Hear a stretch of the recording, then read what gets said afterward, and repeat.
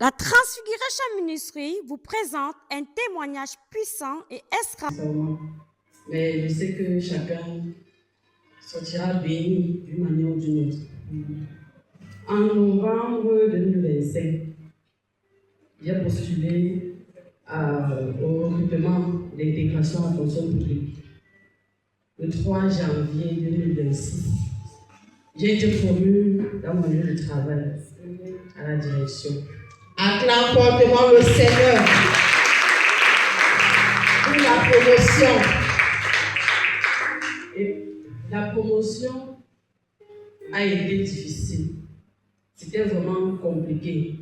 Parce que je me suis retrouvée dans un service, pas service, il n'y avait rien. C'était tout était à reconstruire. J'ai vraiment travaillé et je continue de travailler. Mais j'étais dépassée vers le mois de mars. Parce que même à l'inspection, on mettait les bâtons dans les roues. Donc c'était compliqué. Un soir, quand j'ai fini de travailler à la maison, je me suis mise à prier. J'ai posé mon intégration et mon poste devant Dieu. J'ai lui-même choisi. Si c'est que l'intégration, c'est pour moi qu'il me donne. Mais si c'est que j'ai à faire en pensant dans mon lieu de service, qu'il annule l'intégration. Normalement, les résultats devaient sortir le moment-ci, mais c'est sorti en jour. Et j'ai échoué. Curieusement, je n'ai tellement même pas gratté, donc je ne sais même pas. Donc j'étais à l'aise dans l'échec. Je n'ai jamais échoué depuis que je fréquente. C'est le premier échec de ma vie. Je ne croyais pas ce qu'on appelle échec. J'ai échoué. Mais j'étais à l'aise. La première personne que j'ai appelée, c'est Dadji. Je lui ai écrit que le concours est sorti et c'était pas bon. Il dit ouais. Curieusement, il dit ah, Dadji, ouais, pourquoi? Est-ce que c'est quelqu'un qui est bon? Moi, je ne suis même pas par rapport. Donc, je ne sais même pas comment Dieu m'a.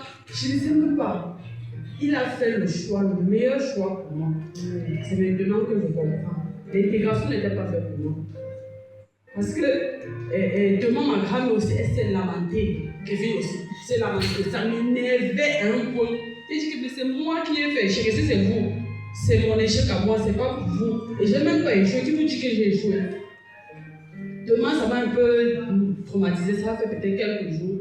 Quand je dormais, je me dis, j'ai effacé ton nom. Je l'ai effacé. Tu n'as pas démérité. J'ai simplement effacé parce que ce n'était pas encore pour toi. Ce n'était pas ton année, ce n'était pas ton temps. Donc tu n'es pas prêt pour ça. Et j'ai compris que donc c'est ma prière qui a été exaucée. Dieu m'a positionné, il voulait que je sois. Donc pourquoi les frustrations des autres vont me faire réfléchir? Et je me sens à l'aise. Et depuis, je ne demande pas. Mais on m'appelle pour des collaborations, si on peut appeler ça comme ça.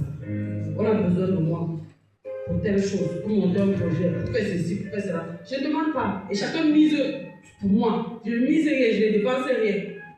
Donc je veux rendre grâce à Dieu pour cette force de caractère qu'il m'a donnée.